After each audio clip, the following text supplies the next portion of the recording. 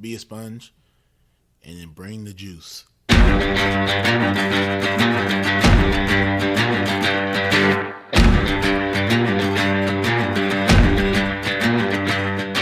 By focusing on your improvement, by focusing on your progress, and eliminating any fixed mindset that you may have and acts of perfectionism, then you encourage your own mastery. On some level, we do what we want to do 24 hours a day. Now, sometimes it may not seem like that, but if I'm choosing to work instead of sleep, what I'm actually saying is keeping my job is more important than sleeping.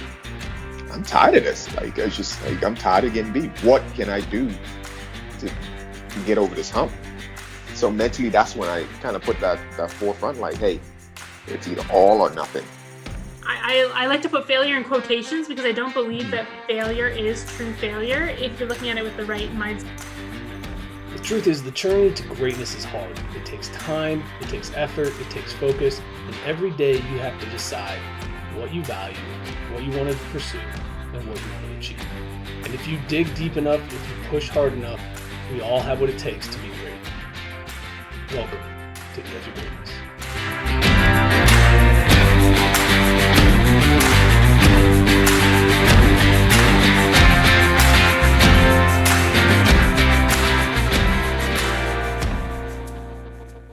Hello and welcome back to another episode of the Daily Dose. It is Friday, March 17th, which means it's quote day. And this quote is going to be for the NCAA tournament. All right, I talked about a little bit yesterday how much I enjoy this time of year and what that means. But what I want to do today is tell you a quote. It's by Addair. Here it goes. Ready? Everything you've ever wanted is on the other side of fear. Addair. And the reason why I think this quote fits with the NCAA tournament is because if you're watching the games yesterday, today, tomorrow, Sunday, what you'll find is when you see an upset, when you see one of those lower seed teams beat one of those big, heavy, favored higher seeds, there's two things that'll happen. First is the lower seed is going to play without fear. They're going to throw shots up. They're going to play loose and fast, and they're going to be aggressive, playing to win. There's going to be no hesitation in what they're trying to accomplish. On the other side of things, the higher seed will be playing not to lose. They'll be reserved. They'll hold back. They'll be tight. They won't take open shots as easily or as regularly. They'll be pushing themselves into a place of don't make a mistake. And what that ultimately will do is lead them to making mistakes.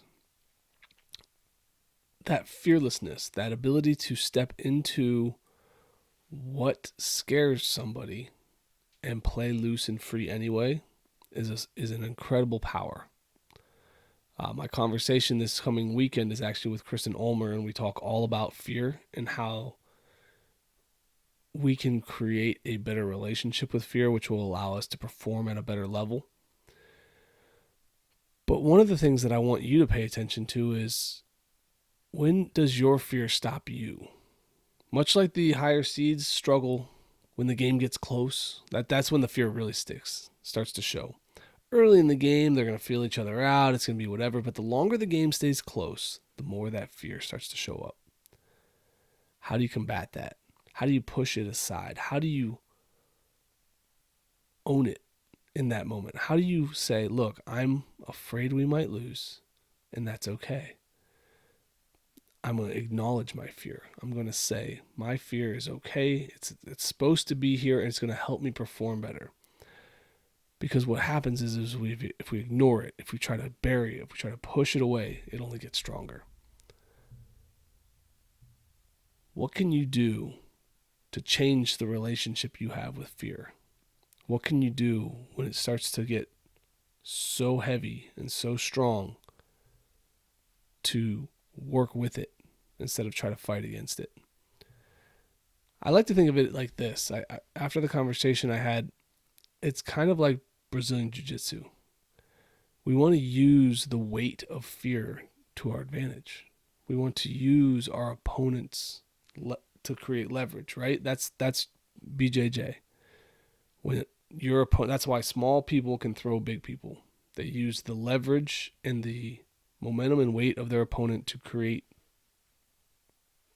tactical advantages. We need to do the same with our fear. Use the fear. Let the fear come and use it to your advantage. It takes a lot of time to get to that point, but if you start to think of it in that aspect where you can't get rid of the fear, you can't bury the fear, you can't ignore the fear, but we can use the fear. We can create leverage with the fear. And we can build a relationship that allows for us to own the fear. But I'll let you get more into that conversation on Sunday, so tune back in for that one. In the meantime, watch the games this weekend. Tell me if you see the fear.